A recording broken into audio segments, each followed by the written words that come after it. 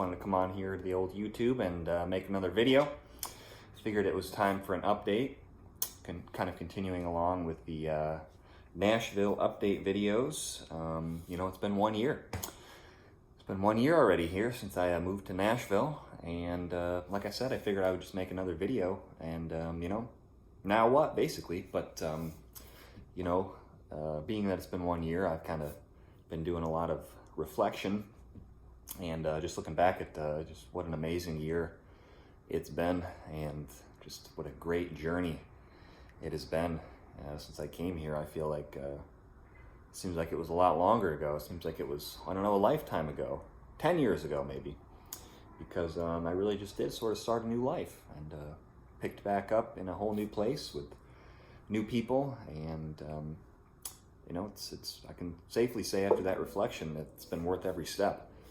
It's been worth every step, both good and bad. I'm grateful for it all, and it's definitely the best decision I've ever made.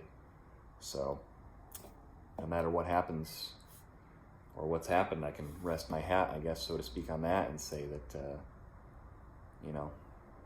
I have that. So I'm grateful, especially for all the new friends and the new connections I've made, the experiences I've been able to have with the people here that I wouldn't have otherwise been able to have if I had stayed where I was. And they know who they are.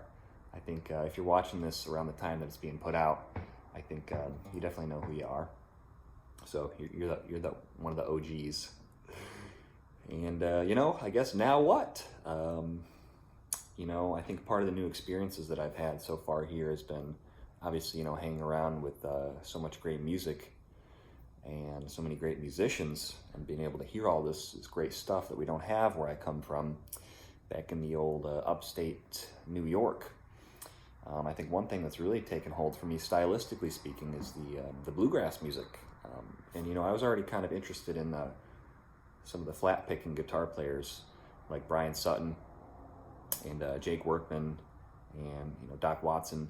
Tommy Emmanuel was really my entry point into that stuff. I didn't really know who Chet Atkins was until I found out about Tommy Emmanuel. So I kind of like to take pride in knowing that I have a bit of a unique entry into it that's different from some folks, being that, I found out about Chet Atkins through Tommy Emmanuel.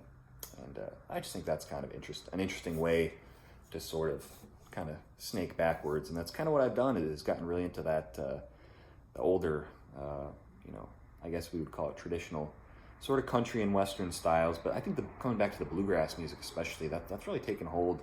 There's just something about it, just overall, that I really like, to the point where I've decided that's really something I want to do, and that's definitely a type of music that I love enough to the point where I'm going to be playing that for the rest of my days. Safely, I can say that for sure. There's just something timeless about it, just something great about it, just the experience of just even going and watching a show. And I don't know, the acoustic instruments, I think it's just, it's a little bit quieter. You can actually kind of hang out and talk with people, but people still get rowdy, especially the old folks. They can really get into it and do their dancing and their clogging and their yipping and their hollering, and it's really nice, because especially here in Nashville and in East Nashville and various venues, there's a whole younger generation of people my age and even younger that are really into this music as well. So has that wide appeal, and it's just, I don't know, it's something for everybody. So the bluegrass stuff I really like. I've met a lot of great bluegrass artists here. Obviously heard a lot of great bluegrass music. I visited the grave sites of some of the great artists that are buried here. Like I've been to Earl and Louise Scruggs' grave site, and John Hartford as well. And one possibility that's opened up for me, is I'm open to doing whatever I can to just get closer to music. That's something I learned from Luke Mundy when I was kind of talking to him. He just said, he would just do whatever he could to just get closer to the music, whether that's working the door at Robert's Western World, or working sound, or just hauling gear around for people.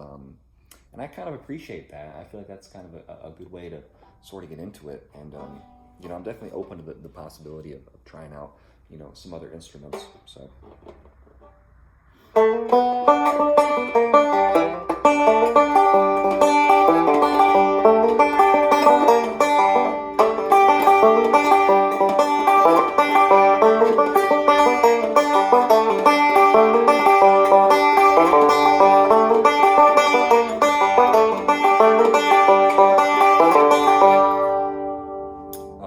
got the banjo. I really like that. Just the sound of that instrument, especially on those old Bill Monroe records, it's just great. I mean, Earl Scruggs and Ralph Stanley, so many great players, modern players as well. But I think that setting some goals as well is something I'm going to work on, just sort of for my personal development. I think it's about high time to set some of those goals, something that is actionable and measurable, ways that I can make progress, and kind of just be intentional with what I want to achieve. And I definitely like to play some gigs for sure, and do the sessions as well, go on the road. These are all kind of checklist goals that I would like to have. And teaching as well is something that I'm looking to get doing here as well. I've got a couple prospective students that I'm talking with as well, so I'm looking forward to that. And yeah, I guess high time to start advertising a little bit too, put my services out there. I would love to teach. If you want to learn, if you know anybody, get at me.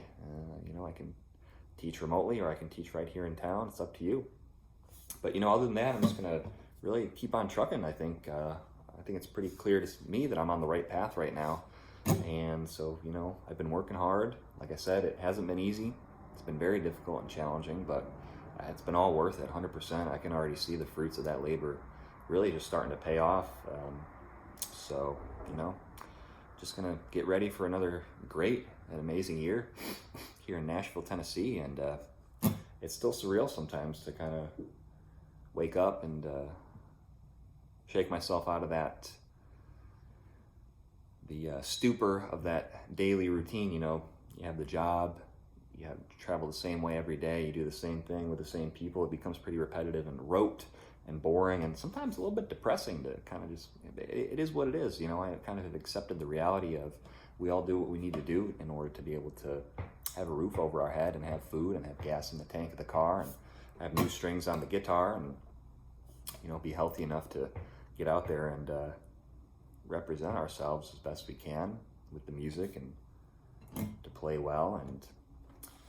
And sometimes I think after I remind myself of the fact that I'm just casually out here living the dream, sometimes I think, man, especially when it's good, when it's amazing, like I'm just like, man, it doesn't get any better than this. This is it, man. Living the dream. But then I kind of stop, and there's another moment that follows after that where I'm like, wait a minute, maybe it does. Maybe it does get better than this. And so I'm open to that possibility, and I think it's true. I think maybe it does. So, but life's good right now. I'm doing well. Like I said, good decision. Happy with it. The music, the bluegrass, everything, guitar playing. It's great. I love it here. So, thank you for taking the time to watch my little video and listen to a little bit of my playing. That first song I played on the guitar was a little bit of Norman Blake's. Well, a lot of people have played that song, but it's Nobody's Business, little Norman Blake picking version. And yeah, thank you so much for watching. Give me a follow on the Instagram or the YouTube. I'll try and make some more videos. Go check out my older videos. The video quality is not the greatest, but hopefully that's improved a little bit with this one. The older videos are still worth checking out, so go and give those a watch. And I think that's it. Be well, and God bless you. See you next time.